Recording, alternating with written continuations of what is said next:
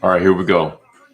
Talking about the real deal, talking about energy and vitality, and what all the jokers out there aren't talking about. They're not talking about the emotional life. They're not talking about your internal life. They're not talking about your orientation to how you're living your life. And that's what I'm thinking about. I'm thinking about this, guys, because I'm on the same journey. I'm on the exact same journey. I'm looking for vitality. I'm looking for a change in my life. I'm looking for integration. I've been studying psychology. I'm studying Carl Jung, shadow integration. And everybody wants to talk about health and weight loss. Um, but how are we going to talk about that without talking about addictions, overeating, the emotional side of things? It's like everybody knows that emotions affect your health more than anything, more than the food that you eat, the pasta that you eat, the emotions that you're having, the relationships that you have is affecting your health more than anything. I mean, we know this. We see this. We study the blue zones, the places in the world where the most people are living to be above 100 rather than any other place in the world. And you look at all the factors that make people live to be over 100 years old. And it's not just not eating carbs, it's not counting your calories. It's not all these, like, how many ounces of water you drink a day. Oh, I got my gallon jug. It's not about that. The people who live to be over 100, the healthiest societies in the world, they have healthy social lives. They have healthy relationships to their mission in life. They're doing something bigger than themselves. They have a life purpose. They're spiritual. They have a good relationship with God. They're not just focused on, oh, I'm going to take this peptide. I'm going to count my carbs. I'm low carb. No, they're they're focusing on community. They're focusing on the real church. I'm not talking about the building. I'm talking about a sacred community of people who stick together, who can build each other up, be honest with each other, be real with each other. And people don't have that nowadays. That's why I'm going to go live with the Amish. That's why I'm going to move to Virginia. That's why I'm starting a new chapter of my life, getting the hell out of Miami, getting the hell out of this big city, and actually investing myself into a real community. I want to find a real Eastern Orthodox church. Screw these soft Christian churches over here in the West. Screw them. That they just want to get together and sing their feminine little Christian songs. That's not real Christianity. A lot of people in the church are fake nowadays. A lot of churches are fake nowadays. A lot of churches are just soft nowadays. A lot of people, they aren't operating in the seriousness that we have to actually be real, to actually be healthy, to actually have a real church. People are BSing left and right everywhere, and I'm sick of it. I'm sick of it. Looking for people who actually can level with you, who won't just be egotistical, who won't just think that they know the truth. It's like, can we talk about this? Can we talk about community? Can we talk about community and the effect that has on your energy? Like, can we talk about Dharma and how you're living your life and how it affects your health and your energy? Let's talk about the actual, like, bird's eye view, like the fundamental stuff. I'm tired of people just minimizing health down to, what kind of whey protein you're taking, what kind of creatine that you're taking. This is all like, are you taking ashwagandha? Like, everybody knows this already. The real biohack is how you live your life. The real biohack is if you're a socially integrated person, if you're making spiritual progress, we gotta talk about a lot of these things, guys. So, like I said, I'm moving to Virginia soon. I'm getting the hell out of Miami. Uh, let's talk about emotions, guys. Let's talk about emotions, overeating. Let's talk about emotional addictions leading to, maybe you're struggling with. This is how I should have started. Maybe you're struggling with overeating and you don't know how to stop. Maybe you're struggling with porn addiction, weed addiction, hookah addiction, sex addiction. Maybe you're addicted to loneliness. Maybe you're addicted to isolating. Maybe you're addicted to frustration and anger. Maybe you're addicted to feeling sorry for yourself. And so you go to the weed and you go to the alcohol. These are the real fucking human problems. This is really what causes people to actually be unhealthy. The emotions, and then the emotions trigger, they make you want to overeat. They make you want to take the mushrooms and cover it up with the alcohol. We're all humans. I had it yesterday too. I'm frustrated. We have conflict in our job. We have conflict with our relationships, our family, our girlfriend, our boyfriend, our brothers, our sisters, our friends. We have this emotional turmoil. And who's talking about it? Everybody has this shadow. Everybody has this frustration that they have, this hatred that they have. And what do people do? They just shove it down. They just shove it down, pretend like they don't have it. They don't know how to deal with it. Let's talk about it. Carl Jung talks about how to deal with this. Carl Jung was a Swiss psychiatrist who changed the course of psychotherapy. Jordan Peterson talks about him all the time. So Carl Jung, he integrates the understanding of religion into understanding the individual psyche. So if you're trying to understand, well, what do I do with these underground, subterranean, ugly emotions that I have? You feel the anger, you feel the rage, you feel the frustration, you feel the hatred. Are you just pretend like you're this perfect saint? You're gonna just pretend even to yourself? Of course you have to put on the mask and act like that at work. Of course you have to put on the mask and act like that in society. That's what we call the ego. That is the act that you put on to society. But you know what happens, guys? You get tired of identifying with the ego. You get tired of identifying with that shrunken self-image, that oh, I'm so perfect. I'm so perfect. I'm so polite. I'm so nice. I'm so correct, and you're not allowed to show how you really feel. But if you don't understand how to integrate that, then it's going to create horrible emotions within you. You're going to feel you're going to have compulsions that you don't understand. Um, you're going to act out to your friends.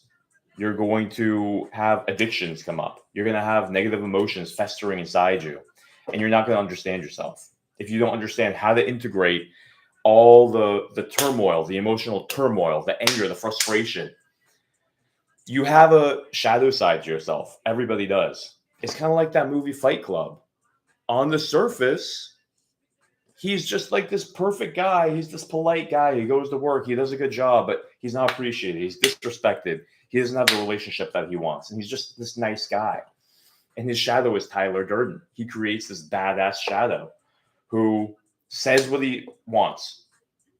He's aggressive. He's assertive. He's the side of him that he's suppressed for so long to fit in with society, to survive.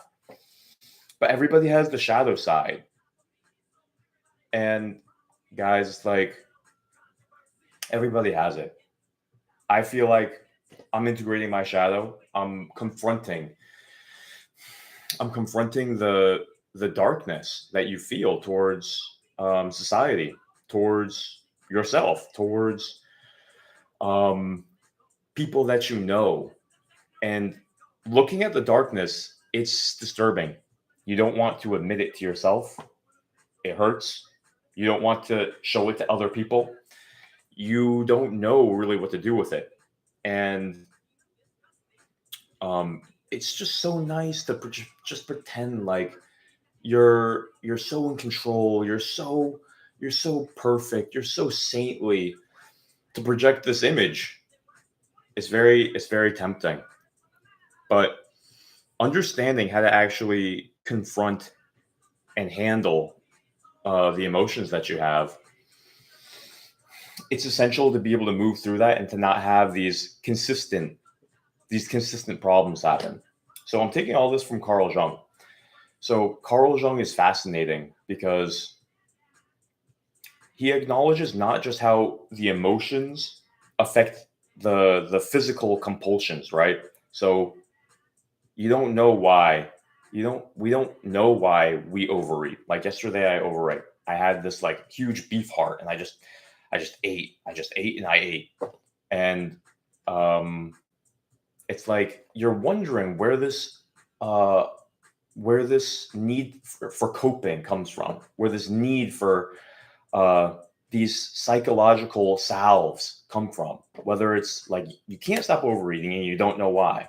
Well, this is an insight to perhaps why. You don't know why you constantly have to go to the weed.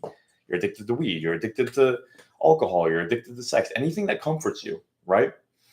So the real reason is because it's giving you the emotional comfort that you really need. But there's other ways that we can comfort ourselves emotionally so that we can actually be healthy, right? So this is the secret underlying reason why a lot of people, they cannot get in shape, they cannot get healthy. It's because they're not emotionally healthy. And this is the underlying secret that drives all their unhealthy behavior. That's keeping them from their goals. It's keeping you from your fitness goals. It's the force that makes you go back to overeating. It's the force that makes you break your diet. It's the force that makes you skip your workouts and just stay lazy. You're conserving energy. All these emotions take tremendous amount of energy. All the coping, the unreleased negative emotions, they consume a tremendous amount of energy. They stifle you. They they make you tired. It makes you want to just take naps. It makes you want to overeat and just go to all these coping mechanisms. And, what solutions do we have emotionally? See, I'm more interested in the psychological well being of myself and of other people than just focusing on carbs and protein. Like, that's not what creates real health. People have to understand. We have to talk about this. We have to talk about the negative emotions, the frustrations, the loneliness. We have to talk about the anger. We have to talk about the low self-esteem. We have to talk about the insecurities. We have to face this stuff. Who's talking about this? This isn't something that only a psychotherapist or a shrink should be talking about. This is something that the health coach should be talking about. This is something the integrated health coach has to understand these things, because how are you going to stop your unhealthy behaviors if you don't understand how to be emotionally healthy? It's not going to happen. It's not going to happen. And so, maybe you're dealing with anger. A lot of guys deal with anger. A lot of guys are dealing with their frustration, their anger at how they're not getting the results that they want in life. You're not getting the results that you want in life. And you're frustrated, you're angry, you feel stifled. You don't feel like you're asserting your masculinity. You don't feel like you're being heard. You don't feel like you're being respected. You don't feel like your power is being stifled. And you haven't figured out how to integrate this yet, how to develop your masculinity, how to develop your confidence, how to develop your assertiveness, how to develop your leadership ability, your force of will, your communication power. And without doing that, you're just constantly going to have this low grade, low energy, this impotence, this feeling that you're constantly just like kind of frustrated, but you don't want to show it because you're so nice. You don't know how to show it. You're so nice. Carl Jung talks about ritual. He talks about ceremonial ritual and how you can actually express this shadow without suppressing it. You can actually practice integrating it. There's a lot of different ways. So ways that I've been doing it is you can write. You can write out all of the negative emotions, no matter how shadow it is, no matter how disgusting it is, no matter how aggressive and petty it is. This is partly what happens when you just sit down to meditate and you don't try to distract your mind and you just let all of the violence, the aggressiveness, all of the fantasies, all of the sexual fantasies, the violence fantasies. It's like Game of Thrones. You just let it all play out. You can do that in meditation. We call that the do nothing meditation, the monkey mind meditation. You just watch it. It's called do nothing. You just watch it. You let it happen. Doesn't matter how disturbing it gets. Does not matter how disturbing it gets. You do not censor it. Same thing with your writing. You write down, I just want to take his head and I just want to punch that guy in the fucking stomach. You just want to thrash this guy. You just want to take him with a baseball bat and just you have to acknowledge it. You have to acknowledge that that's a reality that's happening. Not that you have to. You can just keep on going on, just pretending like it's not there, and that will bubble up in bodily dysfunction, autoimmune disease. It'll bottle up and reveal itself in nasty ways. That's what happens when you have suppressed emotions, suppressed and repressed emotions, frustrations and anger, disappointments, grief, shame, hatred. Um, to pretend like you don't have sin, that's only going to disease you even more. To really get it out, to really detox it, you have to confront it. It's kind of like AA. If you just think that you don't have a problem, if you just think that it's not there and you just deny it, like, oh no, I don't have a problem. I don't have a problem. Does it get better or worse? No, you just hide from it. But all that mold in your closet is still there. All that dust, all those skeletons are still there, and they're just decaying, and it's getting worse and worse. That's why self-righteousness is, they say that that's the worst sin. It's because you're deluding yourself. And you're not actually doing the inner work that's needed to actually move past it. And so, okay, you can write about it. You can meditate about it. You can do dance. How relieving is it to go to emo night and to just like, why do people mosh? Why do people go out and do these wicked weird dances where we're just releasing our emotion, where we're just going like tribal? Like, why does that want to manifest? Like, what is that? This emotional release. Like, why do people dress like goths? Why do people dress in these weird outfits? Why do people go and do heavy metal and like headbang? Like, what is that? Like, why do humans do that? It's because they have this pent up emotion, and you see the emotion in the music. You see the emotion in the heavy metal. You see the emotion in the rock. You see the emotion in the punk. You see it in the My Chemical Romance. It's this cathartic release. And so when people can go out and actually express that and dance it out and scream it, it's socially acceptable. It's like, you want to be able to do this, right? I mean, I do, but what are you going to do? I mean, you can put on music in your own bedroom and you can just like dance it out and you can scream in your pillow. You can do that, but there's an extra energy if you're allowed to do it with a group too. But that's why people do it. Same thing with kickboxing. Same thing with martial arts. All these things they're emotional releases. They're shadow integration. Being able to hit a bag, being able to go out and do kickboxing, do some jujitsu, do some wrestling. This is integration. It lets you actually integrate these emotions. Not that you're taking it out on somebody, not that you're going and taking it out on somebody. Hopefully, you'll be able to express that and take it out on a bag. You're not taking it out on your training partner. But sport helps with this. Working out helps with this. Any way that you can ritualize it. Singing, playing an instrument. I just got a guitar. I'm going to be playing electric guitar. These are all ways that you can start to integrate your shadow and not just ignore it. Not just ignore it and then cover up the pain that it's causing. The festering causes pain. You're ignoring all these negative emotions. And the pain that you have from ignoring it, you cover it with all these coping mechanisms. You don't need these coping mechanisms, but if you are using them, another aspect of shadow integration is not judging your behavior. It's not judging your anger, your guilt, your rage, your loneliness. It's not judging it.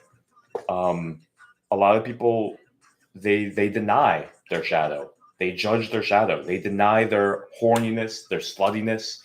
They deny and they judge their own gluttony. They judge their own emotional weakness. They judge, we judge our shadow, and we don't want people to see it. And then you even feel bad about your own shadow. If you overeat, you feel bad about it. Well, that's just double pain. What does it mean to have wholeness? What does it mean to have forgiveness of sins? What does it mean to move into a state of consciousness where you're not thinking, oh, I'm so bad, I'm so guilty, I'm so dirty, I'm so pathetic, um I'm so unacceptable, I'm so criminal, I'm so angry. All of these judgments. Hello, it's just how you feel. Hello, it's just how you feel. Other people can judge you. Why are you judging you? Why are you judging you? God doesn't even judge you. God himself doesn't judge you. God, crazy, crazy statement in this book by Carl Jung. I had to find it. God loves your shadow more than he loves your ego. Ego is an act. It's such an act. It's so phony. Your good act. You act like you're so civilized. You smile all the time. It's such an act. It's not really. It's not really how you feel. Your shadow is really where your struggle is. I have to find this book. Where is this book?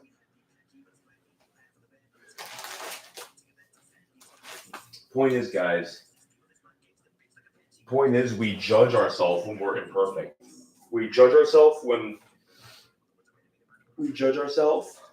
we fuck up. We judge ourselves when we have these impulses, these emotional impulses that lead us to be angry, to say what we don't mean, to cope. There's no need to judge it. There's no need to feel suppressed. There's no need to feel like you're bad because of it. If you overeat, if you're fat, that's also the shadow. And if you have that, it's good to acknowledge that too. You know what I mean?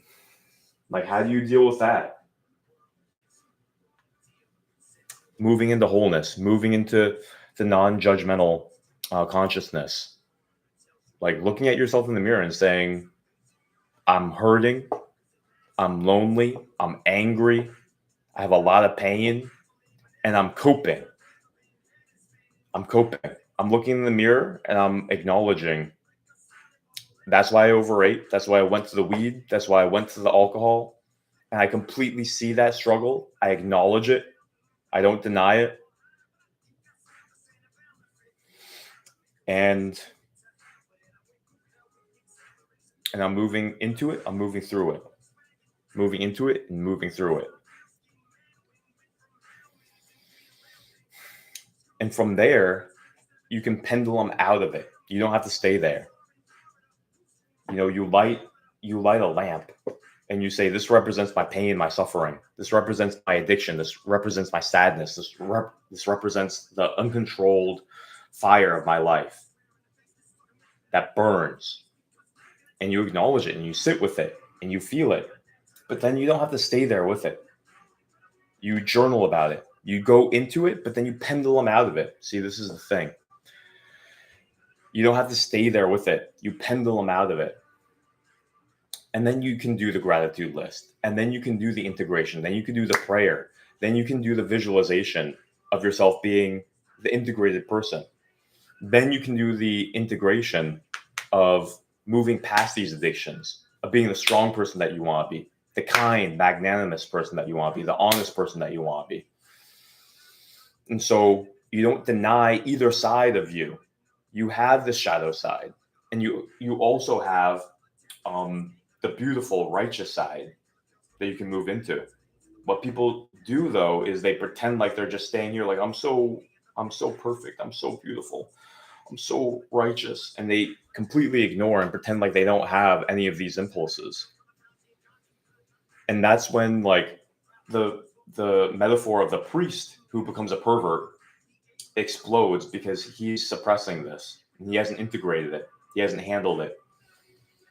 And then you also have people too. They're too much on this side. They're just the tatted up badasses who don't have a job. They just go to the alcohol. They abuse women. They're the narcissist, psychopaths, Machiavellian who lie and cheat and abuse people. Those bastards, they're in complete embrace of their shadow, and they haven't come over here and they haven't embraced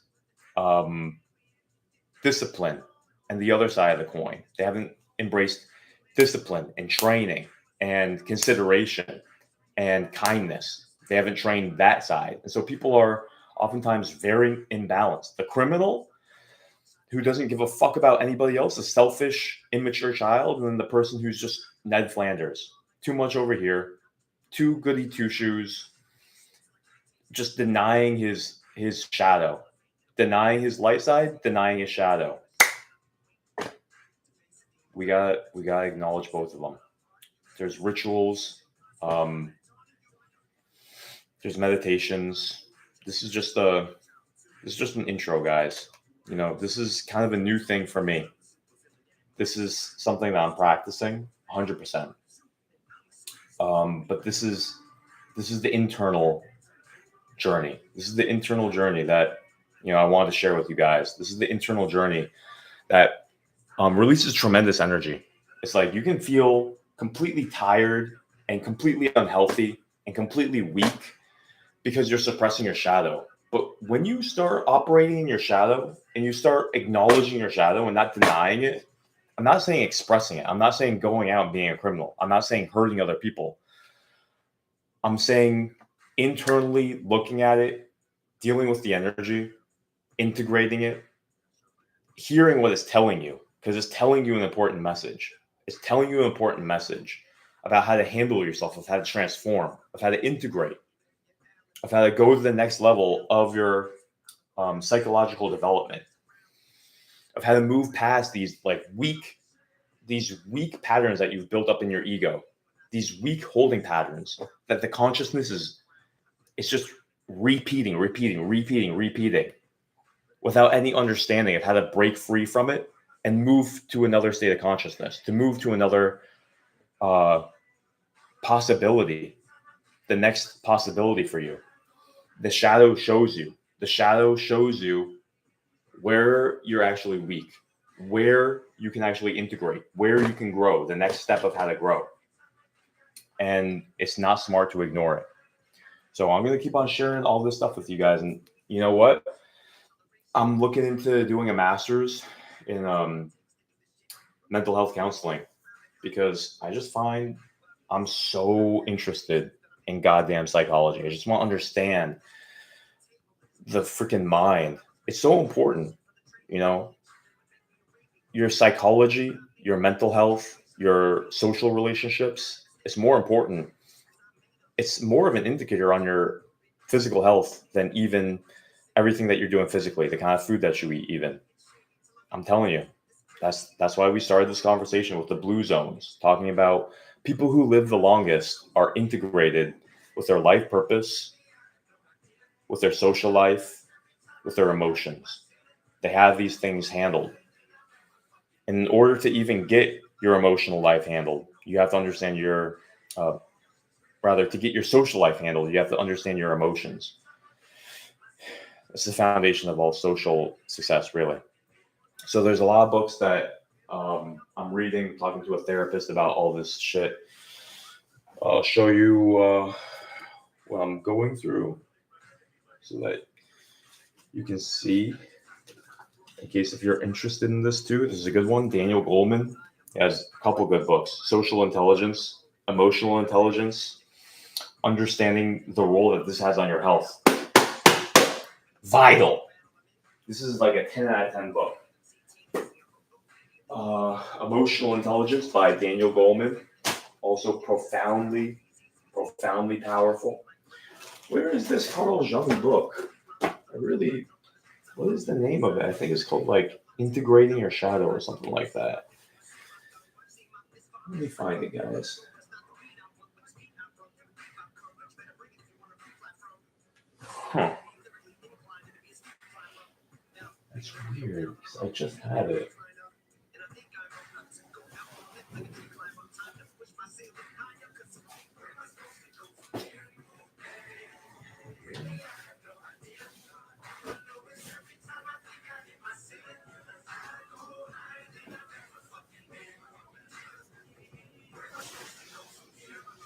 Fuck.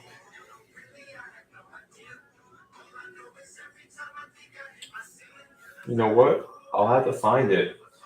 Oh, here it is. That's funny. Owning Your Shadow, Understanding the Dark Side of the Psyche, Robert A. Johnson.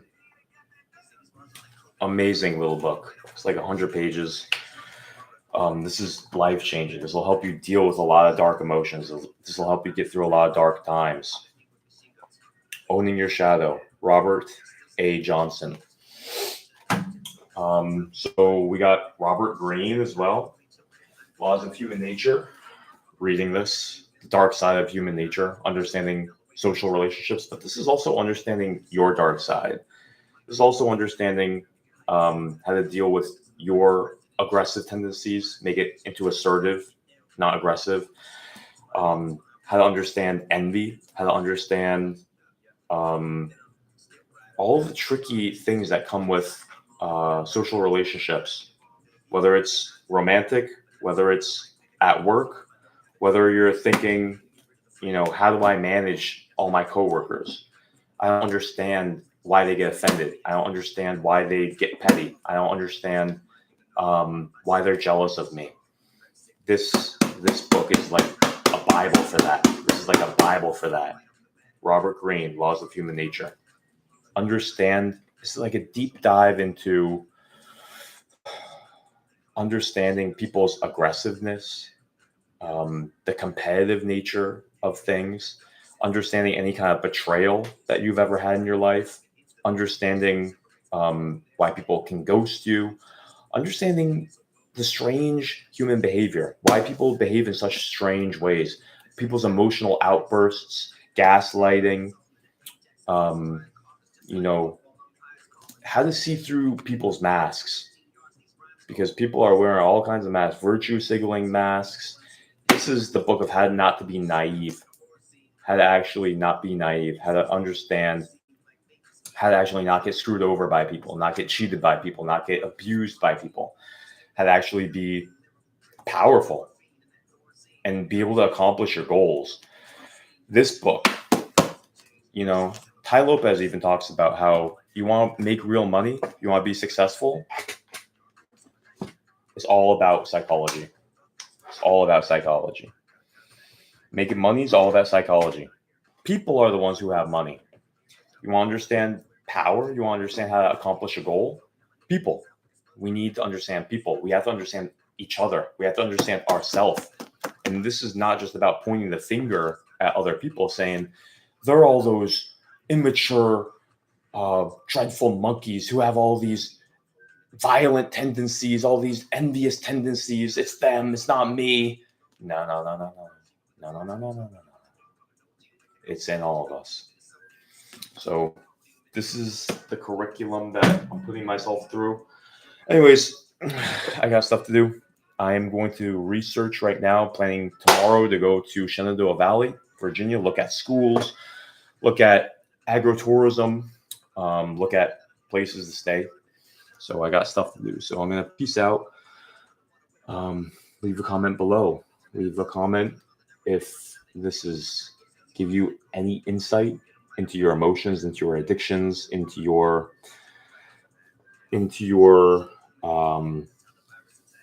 health when it comes to an emotional standpoint, and not just only focusing on physical things like counting calories. It's that surface level. The reason why people get in real trouble in life is not understanding their emotional life. So we're going to continue from here. This is a continuous, it's like a lifelong thing. Understanding yourself, understanding your emotions, and understanding how to come into wholeness, integration, understanding. It's a brutal process. It's like the story of the crucifixion. It's moving through the pain and the suffering of integration. And you're gonna meet, it's like Jesus met all these different people on his way. We're gonna meet all those same people on our way.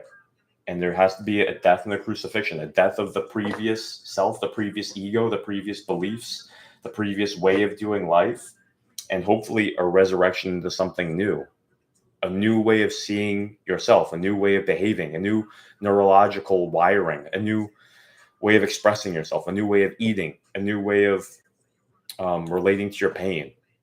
It's a deep and profound process, but we'll talk about it more. So like the stream if it helped you, subscribe, and we'll go on this journey together, understanding energy, vitality, psychology, biohacking your mental health, biohacking your brain, biohacking everything that has to do with your vitality, whether that's your gut health, your second brain, your testosterone, which definitely impacts your brain, and returning back to nature and wholeness. Those are the three pillars: gut health, your second brain and detox, nutrition, returning back to nature. And remember, number one, your brain includes this: mental health in your brain. So we'll continue on.